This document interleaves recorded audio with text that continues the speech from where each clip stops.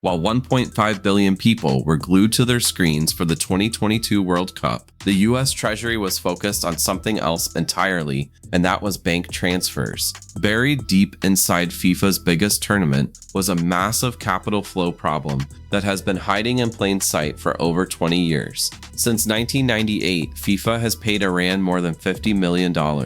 And the wild part is that most of that money moved through channels that the US government couldn't even touch. We are looking at a massive gap in global sanctions, a sports diplomacy loophole that outlasted nuclear deals, and every restriction Washington could dream up. In this video, we are breaking down exactly how that money moved, who helped it along, and what this means for the future of global sports business. To understand how this loophole works, you first have to understand the massive wall the US built to keep Iran out of the global economy. After the 1979 revolution, the US started building a sanctions regime that got tighter and more restrictive with every passing decade. These rules basically cut Iran off from any banking that involves the US dollar, which is a huge deal because the dollar is still the world's reserve currency. If a transaction touches a US bank or even just passes through a New York clearinghouse for a split second, the government can block it instantly.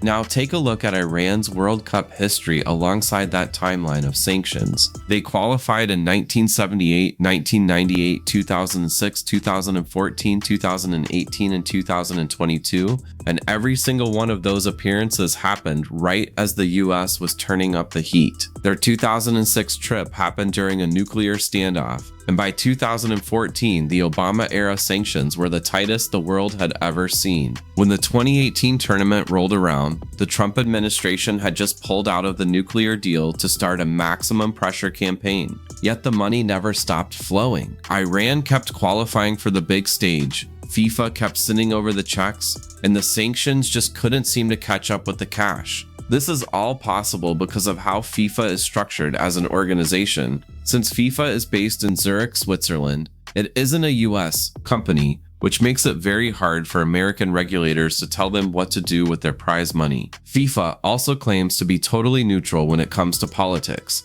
so they refuse to treat a national team differently just because their government is in a geopolitical fight. Even the US government's own rules have a bit of a gray area when it comes to sports because while they block commercial deals, they often allow amateur exchanges to keep happening. The big takeaway here is that FIFA didn't set out to help Iran dodge sanctions on purpose. Their payment system was just built to be independent. But that independence turned into a perfect workaround that worked across 6 different tournaments. This wasn't just a lucky break for Iran, it was a structural feature of how international sports finance actually works. Now that we know why this gap exists, we need to look at the actual path the money took, because the routing is where things get really interesting. To understand how this works, you have to look at 4 specific ways the money moves, and each one has its own clever trick. When you add them all up, they explain how more than $50 million in FIFA-related cash reached Iran, despite some of the toughest sanctions on the planet. The first way is the most obvious: prize money. Iran took home $8 million for their efforts in 2014 and another $13 million in 2022. And because FIFA pays national federations instead of governments, they create a handy little buffer for compliance. Since the Iranian Football Federation is technically a sports body and not a government office, the money starts its journey legally. But here's where the story gets interesting, because according to reports from Iran Wire, the Federation used agents in Dubai to route these payments so they could dodge direct banking blocks. The money leaves FIFA's Swiss accounts and travels through middlemen in the UAE who can process the transfers without a single US bank ever seeing the transaction. The second method involves the money made from TV deals. Iran's slice of global broadcast revenue gets pooled by the Asian Football Confederation and sits in Swiss accounts before it ever makes the trip to Tehran. Because Asian broadcasters operate outside of US legal reach, they act as a perfect distribution layer for the cash. This is actually the quietest way to move money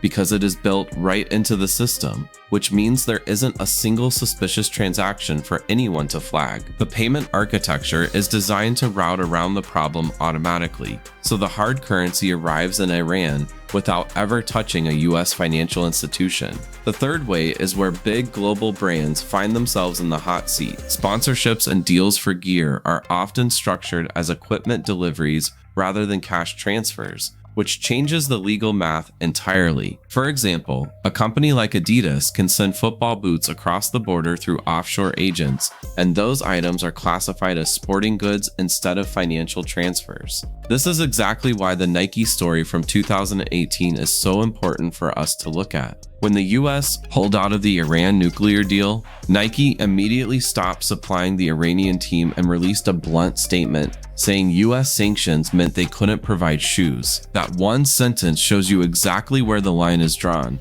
because Nike is an American company bound by American law with no way to route around the rules. Adidas is a German company that operates under a totally different set of laws, so they can provide the exact same product with much less risk of getting in trouble. The fourth mechanism is something people rarely talk about, but it has been happening consistently across all 6 tournaments. FIFA pays for the boring stuff like hotels, flights, and daily stipends for every team that shows up to play. These cash payments and access to local banks during the tournament give the Iranian delegation real spending power without ever setting off alarms at the US Treasury. Since FIFA is the one paying and the transactions happen inside the host country's banks, it stays under the radar. It might not seem glamorous, but when you look at 6 different World Cups, that money really starts to pile up. When you put these 4 pieces together, you realize this isn't just a few lucky breaks for Iran. It is a massive systemic pattern where they use FIFA's own payment system to bypass global restrictions. A 2023 report from the Atlantic Council pointed out that the US Treasury has already started blacklisting some of these exchange networks in the Gulf. This means the stakes are getting much higher for anyone using those middlemen, even if they aren't trying to do anything wrong. This is the part where the story stops being about international politics and starts being a real problem for anyone working in the sports business. The 4 methods we just talked about aren't just Iran's headache to deal with. Every brand, broadcaster, and sports group working within the FIFA world is now exposed to these risks, even if they never talk to anyone in Iran directly. This happens because of something called secondary sanctions, which basically means you are liable if your money touches a banned middleman. If the US Treasury comes knocking, telling them you didn't know the money went through a specific exchange network in Dubai isn't going to save you from a massive fine. The Nike situation is the best example we have of how high the stakes really are. Their decision to walk away in 2018 wasn't about making a political statement or getting good PR. It was a cold, calculated move by their legal team because they realized the cost of a federal investigation is way higher than any money they could make from one World Cup. You should really think about that for a second, because a single mistake in how you route money can wipe out 10 years of profit in a new market. There is another thing that catches a lot of sports executives off guard. FIFA being based in Switzerland doesn't protect you. If your company is based in the US or the EU, you have to follow your own country's laws, no matter where FIFA keeps its bank accounts or where the games are being played. Just because FIFA says a payment structure is okay doesn't mean your government will agree. Your legal team needs to be all over this before you sign a contract that touches a sanctioned country, because trying to fix it after the fact is a nightmare. We also have to talk about the money itself, because the value of Iran's currency,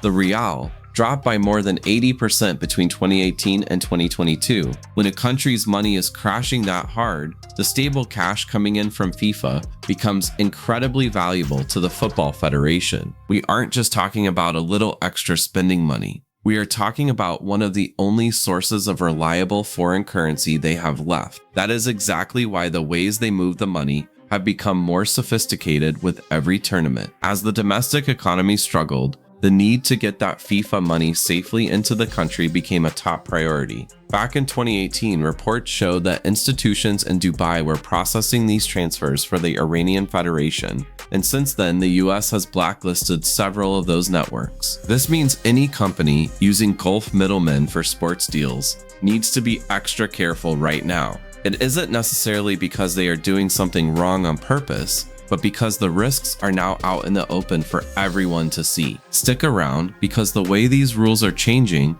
is going to reshape how every major sports deal is signed in the future. FIFA tries to stay out of politics, but that structure creates massive financial gaps that can trap your business if you aren't careful. If your organization works anywhere near a sanctioned market, you have to figure out exactly where your legal liability begins before a regulator does it for you. You need to run deep background checks on every single payment hop and stick to banks that follow every OFAC rule to the letter. It is much smarter to apply for treasury licenses before you actually need them, rather than waiting for a crisis to surface and trying to fix it later. The Nike cleat situation showed us that giving away gear carries the same legal weight as handing over a suitcase of cash, so you can never assume a non-cash deal is safe. Before you sign your next international contract, map out every single person and company sitting between your office and the final recipient. If just one blocked entity shows up in that chain, your entire organization is exposed to a massive federal investigation. Our next video breaks down how Qatar used this exact same FIFA system